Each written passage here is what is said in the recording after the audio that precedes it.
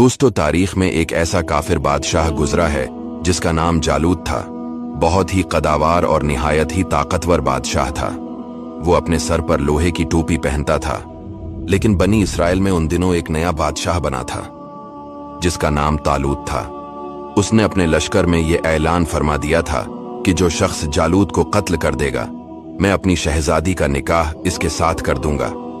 क्योंकि जालूत एक जालिम बादशाह था। आखिर जालूत को किसने कत्ल कर दिया और शहजादी के साथ किसने निकाह किया, वो हम आपको आगे इस वीडियो में बताएंगे। ये वाकया कुरान और बाइबल दोनों में मौजूद है। वीडियो को आखिर तक जरूर देखना।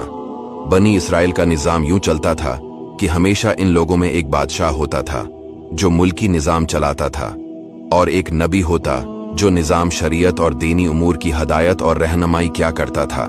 इस वक्त हजरत शमूएल अलैहिस्सलाम नबूत से सरफराज हुए थे, तो इनके जमाने में कोई बादशाह नहीं था। तो बनी इसराइल ने आपसे दरख्वास्त की कि आप किसी को हमारा बादशाह बना दीजिए।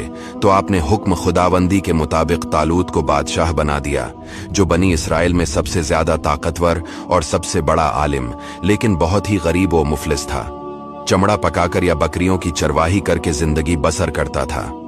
इस पर बनी इसराइल को एतराज हुआ कि तालूत शाही खानदान से नहीं है, लिहाजा ये क्यों कर और कैसे हमारा बादशाह हो सकता है।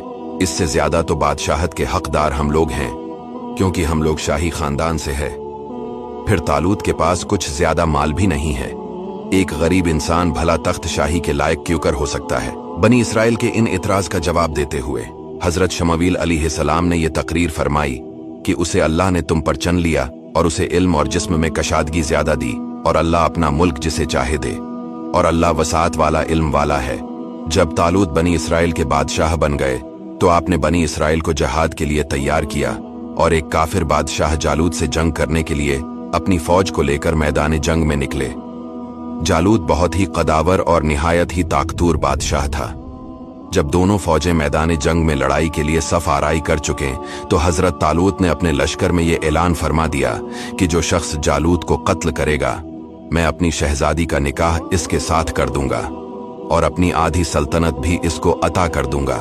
ये फरमान शाही सुनकर हजरत दाऊद अलैहिस्सलाम आगे बढ़े, जो अभी बहुत ही कमसन थे और बीमारी से चेहरा जर्द हो रहा था, और गरबत मुफलिसी का यह आलम था कि बकरियां चराकर इसकी उजरत से गुजर बसर करते थे। रिवायत है कि जब हजरत दाऊद अलैहिस्सलाम घर से जहाद के लिए रवाना हुए थे तो रास्ता में एक पत्थर ये बोला कि ए हजरत दाऊद, मुझे उठा लीजिए, क्योंकि मैं हजरत मूसा अलैहिस्सलाम का पत्थर हूं।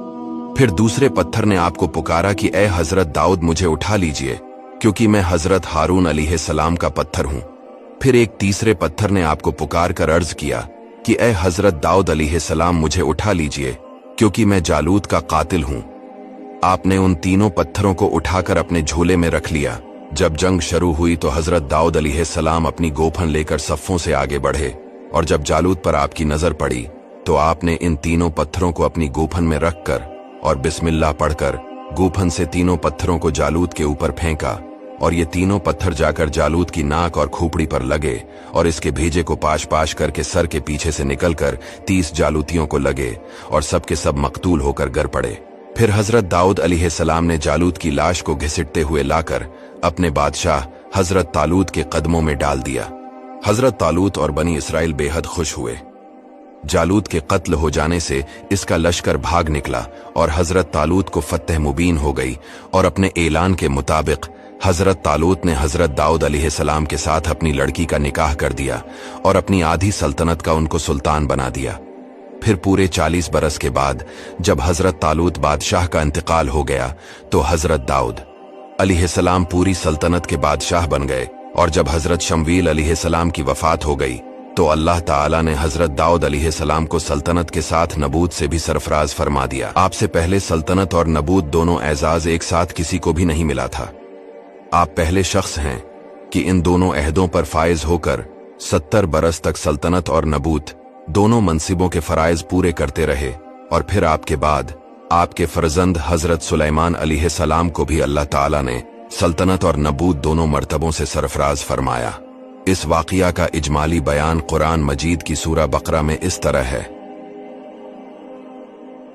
और कत्ल किया दाऊद ने जालूत को और अल्लाह ताला ने इसे सल्तनत और हिकमत अता फरमाई और इसे जो चाहा सिखाया।